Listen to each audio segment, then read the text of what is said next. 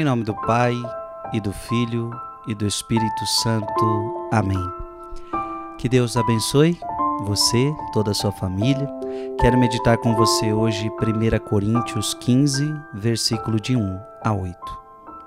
Irmãos, quero lembrar-vos o evangelho que vos preguei e que recebestes, e no qual estáis firmes. Por ele sois salvos, se o estáis guardando tal qual ele vos foi pregado por mim. De outro modo, teríeis abraçado a fé em vão. Com efeito, permiti-vos em primeiro lugar, transmiti-vos em primeiro lugar aquilo que eu mesmo tinha recebido, a saber, que Cristo morreu por nossos pecados, segundo as Escrituras, que foi sepultado, que ao terceiro dia ressuscitou, segundo as Escrituras, e que apareceu a Quefas, e depois aos 12. Mais tarde apareceu a mais de 500 irmãos de uma vez. Destes, a maioria ainda vive e alguns já morreram. Depois apareceu a Tiago, e depois apareceu aos apóstolos, todos juntos. Por último, apareceu também a mim, como a um abortivo. Palavra do Senhor. Gente, olha aqui o que Paulo está falando sobre ele mesmo. Por último, Cristo apareceu também a mim como a um abortivo. Ou seja, o que significa esse abortivo que Paulo fala que ele é um abortivo? Como um abortivo, ou seja, Paulo considera o seu nascimento para Cristo indigno. Paulo se considera indigno do seu nascimento para Cristo. Como abortivo porque ele considera o seu nascimento para Cristo pura graça de Deus. Então, ou seja, Paulo ele não vê na sua conversão nenhum mérito pessoal. Porque o que aconteceu com Paulo? Você sabe, ele estava indo para o caminho, ele estava indo para Damasco. E ele estava indo com a intenção de prender cristãos, até mesmo muitas vezes matar cristãos. E no meio do caminho Cristo aparece para ele.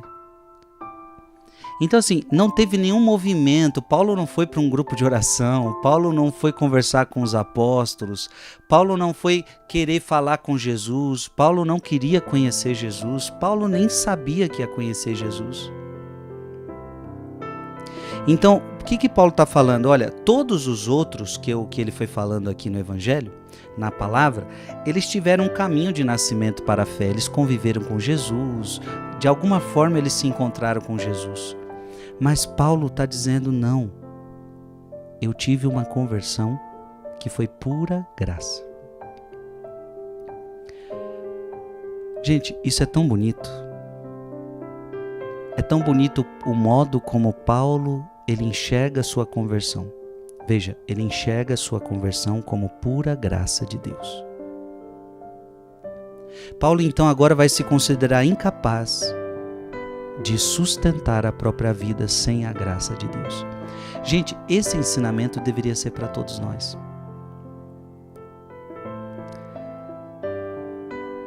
Este ensinamento deve também impactar o nosso coração.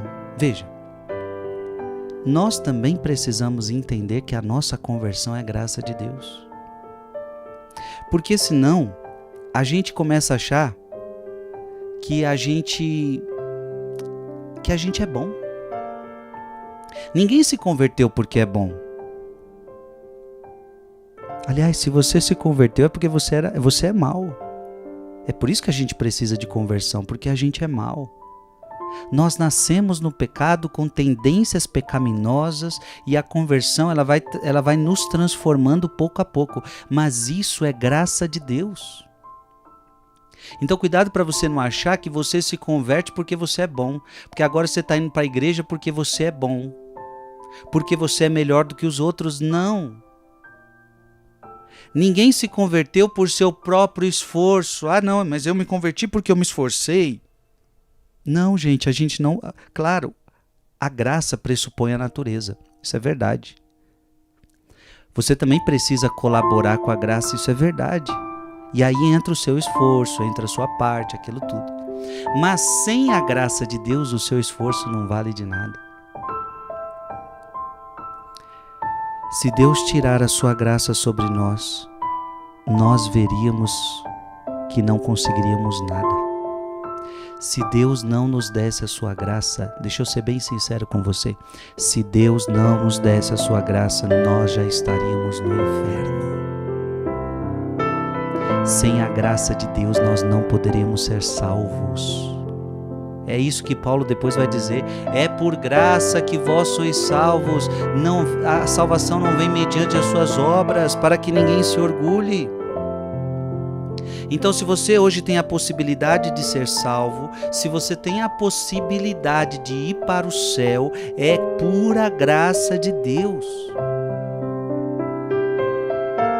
Então Paulo está fazendo a gente se despertar para algo muito, muito importante. Então quer dizer que tudo que está acontecendo na minha vida, porque um dia eu vivi no mundo, um dia eu vivi no pecado, um dia Deus entrou na minha vida, houve um processo de conversão, está havendo um processo de conversão na minha vida, porque a conversão é diária, mas tudo isso é o mover da graça em mim.